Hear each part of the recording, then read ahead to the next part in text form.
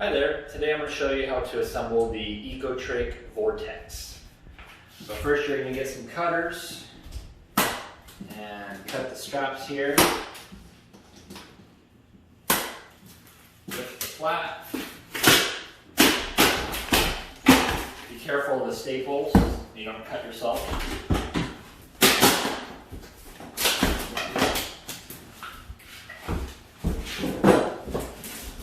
Once you get it opened up, go ahead and remove as much packing as you can before you take the bike out. Pull the accessory bag out and set it aside for now. Once you take as much stuff out as you can, go ahead and pull the bike out and start cutting all of the zip ties and taking the foam off.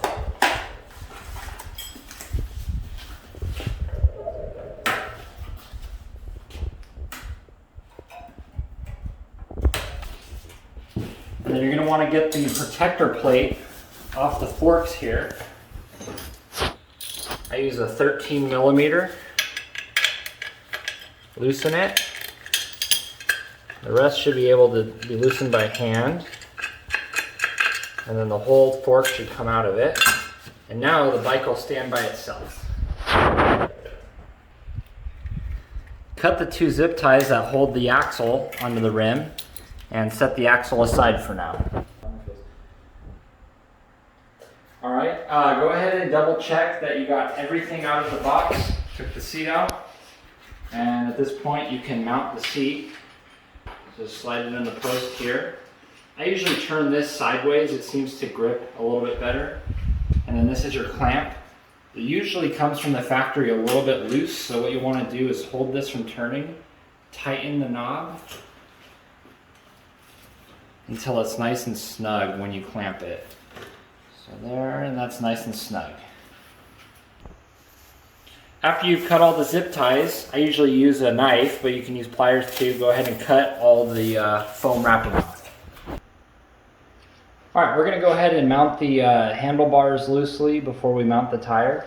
So usually this comes loose. I'm gonna hold the frame and turn the whole piece. And I find that the best position for this joint is to be as high up as it can go. So I use a 6 millimeter Allen and go as high up as it'll go. And if you come over here, you can see that I am now tightening this. You want to tighten this as hard as you can, that way it doesn't come loose. It does come loose once in a while from riding, and if it does, just retighten it. It's not a big deal. So tighten that down. And now we're going to go ahead and use our 4 millimeter to take these bolts out. Now, in that accessory bag is the manual to the bike, and that's where all your tools can be found. So it'll come with all the tools needed to assemble the bike. My tool here is different than what it comes with, but the tools that come with it will work. So we're going to take all these out. All right, once we got them all out, we're going to take the handlebar, and you want to make sure that this isn't twisted, and the gear shifter goes on the right side. So I'm going to turn it here, and that looks a little twisted, so I'm going to go back to where it was, and this looks like the least twisted with the gear shifter on the right hand side of the bike. We're going to set it right into the mount, and then put all 4 screws in. Do not tighten them all the way because we're going to adjust the pitch of the handlebars after we put the tire on. Okay, now that the handlebar is on loosely, we're going to go ahead and mount the front tire. So I usually get in front of the bike, and the most important thing is that you line the disc for the brake in between the 2 pads, and try not to hit the disc because it does bend easily. So I'm going to lift up the whole bike here. The first thing I'm going to do is line up the disc between the 2 pads, and then once I have it lined up in between, I'm going to line up the slots and push it down. So now that it's seated down, you want to hold the bike straight up and down, that way the wheel stays centered. we're gonna get our axle. You can see that I took the cap off and one spring, so this is all that's left. Let's slide it through the axle hole. I'm gonna get the other spring, small side going in first. You may need to hold it. And then I'm gonna get my cap. And with my left hand, I'm gonna hold the lever from turning while I tighten the cap. And usually you just tighten it till you feel a little bit of resistance. Now I'm gonna see how tight this clamp is. So I'm gonna go ahead and clamp it down. And it's very loose, so I'm gonna tighten this cap more. Still loose. So you're just gonna keep tightening the cap and then checking this clamp lever until it's nice and snug. And that's perfect, just like that. And that's the tire mounted. Okay, now we're gonna go ahead and tighten the handlebars down. So usually, first you wanna center them. So I've got it centered. And you wanna do it to where the brake levers are just down. They're just lower horizontally than the handles. And then you'll have this gear shifter that is aiming straight. So about right there, we have them just down a little bit. So from here, you can go ahead and tighten this clamp. Now, you want to do two at a time. I get them just a little bit snug, and then I do two at a time. That way it evens, or it tightens evenly. So I'm going to go back and forth doing one side first. And then once I finish tightening this side, I'm going to tighten this. Now that this is tight, we can go ahead and adjust the panel to whatever angle you feel is going to be the most ergonomically friendly. Now let's adjust the left and right alignment with the tire so you can see that the handlebars are still loose. So what I'm going to do is stand, I usually stand like I am above it, and then find when the handlebars are completely perpendicular with the tire. And then you're going to use your 5mm Allen, and you're going to tighten the bolt on the top. You're going to tighten this, and then once that is tight, and you not too tight, just kind of a little snug. As soon as it starts getting tight, you're good. And then you're going to go ahead and use your 5mm again and tighten the clamp bolts. So tighten this one first, and then you've got a second one on the left side. And once you finish tightening, verify that the handlebars are perpendicular to the tire. Now that you have everything tightened and straight, go into the accessory bag, into the manual bag, and you'll see a little rubber cap. And you're going to go ahead and put it over that bolt. And now we're done with the handlebars. We're going to go into the accessory box, and we're going to get pedals and the wrench that's included. The pedals are labeled, so we're going to use L for left. Now this is a little tricky. You're actually going to turn it counterclockwise to put it on. Both pedals turn forward to tighten. So this one's going to go counterclockwise. Get it started. And then use your wrench to finish tightening it.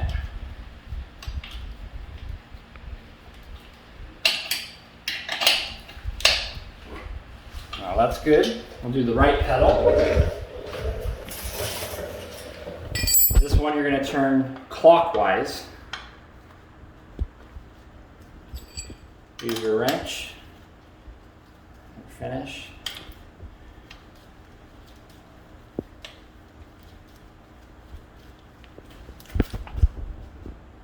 And those are the pedals. Okay, so obviously I'm doing the rest of everything on the rack. You probably don't have a rack at home, so you can do it off a rack. You can have someone hold it up. That will help. The first thing I'm going to do, this bracket guard right here, this is put on to keep from bending the rear derailleur hanger during shipping. In my experience, they're usually bent in a little bit, so I usually take them off. I use a 4mm Allen, because I can see that this derailleur, when I shift into the highest gear, is going to hit this bracket. So go ahead and take it off. And as a side note, when you're laying the bike down to transport or whatever it is, always lay it on the left side. That way you aren't bending this rear derailleur. Okay, so now we're going to tune the rear derailleur for shifting properly. So I'm going to start pedaling it, and you've got your gear shifter up here. You've got your plus button to make it go to a higher gear, and then you push this to go to a lower gear. So I'm going to go ahead and pedal it and put it to number 7. So I push the plus button all the way till this is 7, and we can see that it's on the smallest gear, the 7th cog. So what we're going to do is I'm going to push up here to make it go to 6. So I'm going to make that go to 6. It's one click and pedal. And you can hear that it's trying to shift. It just shifted, but it took a while to shift. So what I'm going to do, there's this black dial right here. I'm going to turn this counterclockwise so it'll shift smoother. So I'm going to shift it back to 6. And it shifted pretty good that time. So let's see what it does when I go to 5. We'll go to 5 here. Good. 4. That's 3. And you can hear that it's not shifting. So now I'm going to tighten it until it shifts. There we go, it just shifted into 3 after turning this counterclockwise. I'm going to go to 2. That was one too many. That's 2 and 1. So now let's go all the way down and try it again and see how the adjustments are. 6, 5, 4, 3, 2, 1. That's how you turn the rear derailleur. Okay, now we're going to go ahead and tune the front brake. So first, I'm going to spin it, and I can hear that it's rubbing. It's normal for it to rub a little bit, but you don't want it to rub too much. So what you can do is you can look in between the 2 pads right here and see where there's a gap. So you can see that there's a gap on the left side of the disc, and then we can see that the right side is touching, and so that's what's rubbing. So what I'm going to do is I'm going to use a 5mm, and you don't have to do this on every bike, so you may not have to do this. On this bike it needs to be done. I'm going to go ahead and loosen this caliper. So now by that going down through the cable, now it's not touching, and I'm going to leave it like that for now. I'm going to tune the solid pad first. So I'm going to use my 5mm, and I'm going to turn this 5mm bolt right here on the backing of the caliper. And while I'm turning it clockwise, I'm going to look down in that gap, and I'm going to turn it until I see the pad just about to touch the disc. And that's about right there. So now if you look in the gap of the caliper, you can see that there's barely, if any, a gap. You see there's just a little gap. Now what I always do is I reset the caliper. So because this isn't tight right now, I'm just going to move it up and down a couple times. I'm going to turn the wheel and see if it's rubbing. So right now it's just barely rubbing. You can hear it. So I'm actually going to leave it the way it is, just like that. Now that we've adjusted the stationary pad, let's go ahead and adjust the actuator side. So what I'm going to do is hold the cable, and I'm going to slide this actuator up until it stops. So right now when it's stopping, that means it's hitting the pad. I'm going to lower it just a hair, and while holding it, I'm going to tighten this bolt. And I'm not going to tighten it all the way, just enough to hold it. And now I'm going to check the gap. And it might be too tight. I'm going to try spinning it. And it's rubbing pretty hard. So what I'm going to do is loosen this. Go a little bit further down the cable.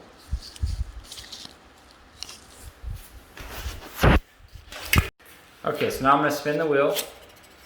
And it's just barely rubbing. So I'm good with that. So what I'm going to do is now I'm going to tighten this 5mm all the way, because we're good with where it is.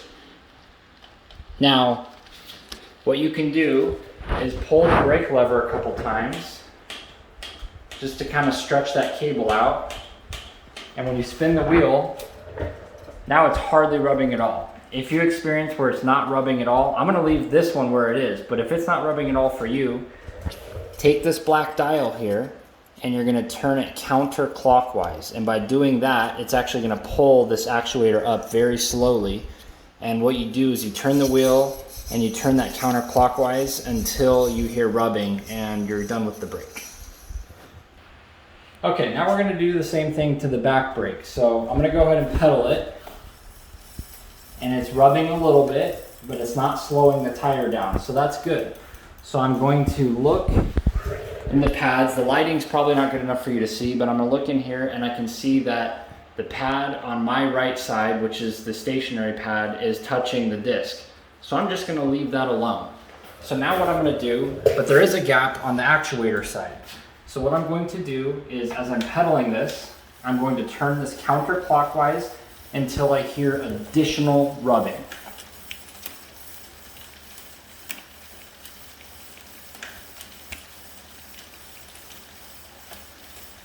And I don't know if you can hear in the video, but it just started doing additional rubbing. I'm gonna go ahead and pull the brake lever, reset it, turn it again, and it's rubbing just slightly and the brake feels good. We're done. All right, while it's up on the rack, I'm gonna go ahead and put this Class 2 sticker on. It came in the bag with the manual. This Class 2 sticker is because some trails only allow Class 1 and Class 2 bikes. So if you get stopped and asked, you can prove that it is a Class 2 bike. So you can put it anywhere, I just put it right here. And also while it's up on the rack, I'm gonna get the serial number. You'll want the serial number in case, hopefully it never happens, the bike gets stolen, you can give that to the police. So I'm gonna get the serial number off of the battery first. So SN stands for serial number, and that's the whole serial number. And you'll see in the back of the manual, there's a spot to write the serial numbers. The serial number to the bike is going to be underneath where the pedals are. And it's always in a different spot, or can be in a different spot, but it'll be printed just next to the pedal. All right, now we're gonna go ahead and put on the fender front reflector. You're gonna need this hardware out of the manual bag, and get a Phillips screwdriver and loosen the screw that's already in here, and just make it to where it sits parallel with this up and down portion. You can do fine tunes to it after we put it on. I'm gonna go ahead and take the hardware apart. I'm gonna take the nut off and one washer. I'm gonna go ahead and stick the bolt through the reflector. And then this fender goes back here because the dirt's gonna be flying up this way. Go through the hole here. Put the fender through the bolt. I'm gonna put one washer on, and then the nut, and then I personally just use pliers to hold this from turning, and then I'm gonna use a 5mm, and don't tighten it all the way, but get it going. And I usually like to mount it as high as it can go, so I'm gonna push it all the way to the top, both of the reflector and the fender, as high up as it'll go. And it usually won't stay up if it's too loose, so I'm gonna tighten it just a little bit more. And there we go, should stay now.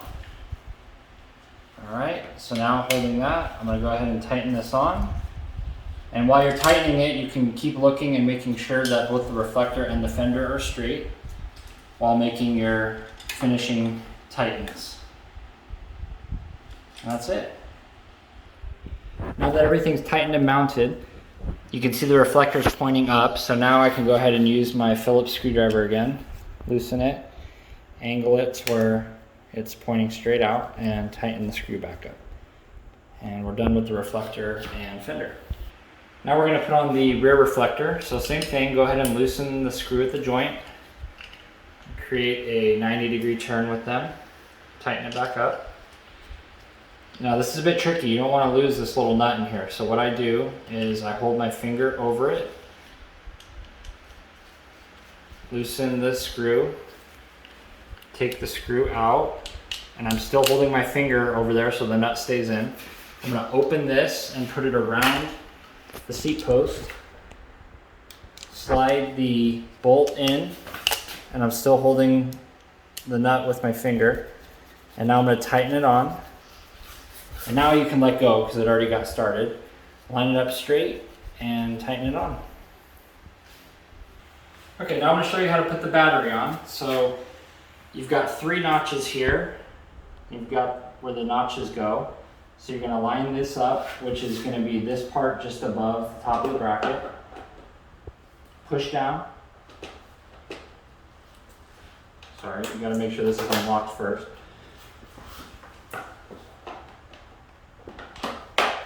And then slide down. And then turn this key back, and the battery is locked on. This key is only to take the battery on and off. It's not to turn the battery on. So you can charge the bike on, or you can charge the battery on or off the bike, it doesn't matter. You just use this key to take the battery on and off if you need to put the battery closer to a wall outlet. To turn the panel on, you're gonna push the on off. This is your battery gauge. So 4 dots means it's 100%. So it came from the factory at about 75%, that's normal. And then you've got 3 pedal assist modes. It starts in medium. So if you wanna go to low, you've got low. What's gonna happen is when you start pedaling, the low is gonna assist you to like 8 miles an hour. Medium is gonna be like 13 miles an hour, and then full speed's about 19, 20 miles an hour on this bike. Furthermore, you have throttle, just like a motorcycle, and you can also use the throttle to go around. And that is the Ecotric Vortex. I'm sorry, one last thing, the tires. So the tires can go from 40 to 60 PSI. I usually put about 45 to 50 PSI in them in the mid-range, and that seems to be a good area to have the air. Thank you.